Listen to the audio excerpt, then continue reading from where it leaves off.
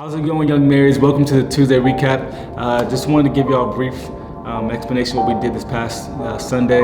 You know, we gave testimonies, and testimonies for us is just an opportunity to brag on what God has done in each of our lives. It's an opportunity for us to be able to articulate externally the things that God has done internally, and it ministered to every single person in the room.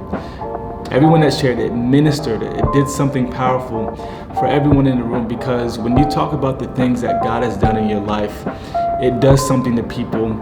Because, you know, there's a time where we sit here and we hear a message, but when you just talk about what God has done in your life, the testimony is powerful. You know, that we talked about in Acts, how the apostles talked about when they shared their testimonies, there was a grace of God that was given to them.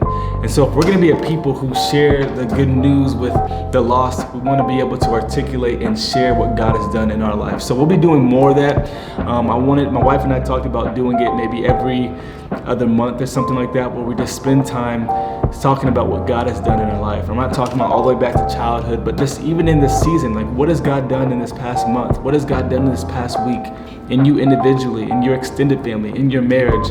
And so thank y'all for sharing. It won't be that long of a recap, but this Sunday I'm going to be giving a message on love before criticism,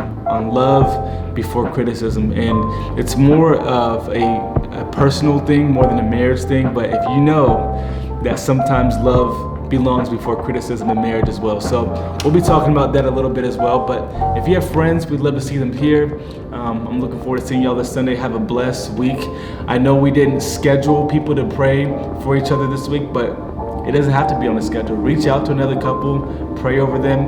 If you don't reach out, you can be praying with them, even just you and your wife or you and your husband, without even letting them know. So if you heard something in the room of someone sharing, what God is doing during the season of their life, I just want to encourage you to pray over them, that the Lord shows up in their life, that there's a grace of God, that the Lord sustains them, because there's power in us praying together.